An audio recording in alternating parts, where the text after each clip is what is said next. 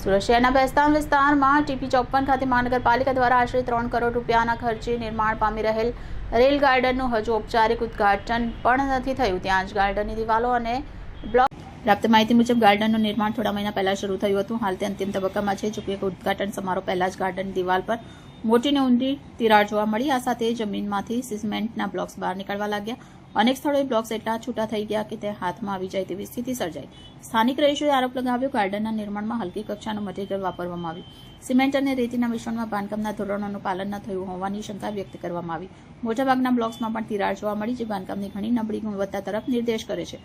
આ ઘટનાથી વિસ્તારના લોકોમાં ભારે રોષ ફેલાયો. તેઓ મનપા પ્રશાસન સામે નારાજગી વ્યક્ત કરતા જણાવ્યું, 3 કરોડના પ્રોજેક્ટમાં આવી ઢીલાશ બેહદ દુઃખદ છે. સ્થાનિકોએ કોન્ટ્રાક્ટર અને જવાબદાર અધિકારી વિરુદ્ધ કડક કાર્યવાહી કરવાની માંગ કરી છે. તેમજ આખા ગાર્ડનની પુનઃ તપાસ અને જરૂર પડ્યે પુનઃનિર્માણની માંગ ઉઠી છે. સુરત મહાનગરપાલિકા હજુ સુધી આ બાબતે સત્તાવાર નિવેદન આપ્યું નથી. જોકે આ બનાવે મનપાની દેખરેખ અને બાંધકામની ગુણવત્તા પર ગંભીર સવાલ ઉભા કર્યા છે. આવામાં ઉદ્ઘાટન પહેલા જ આવી તિરાડ સામે આવતા પ્રોજેક્ટની માન્યતા અને ભવિષ્યમાં આવી ઘટના ન થાય તે માટેની વ્યવસ્થા અંગે ચર્ચા જોર પકડ્યું છે.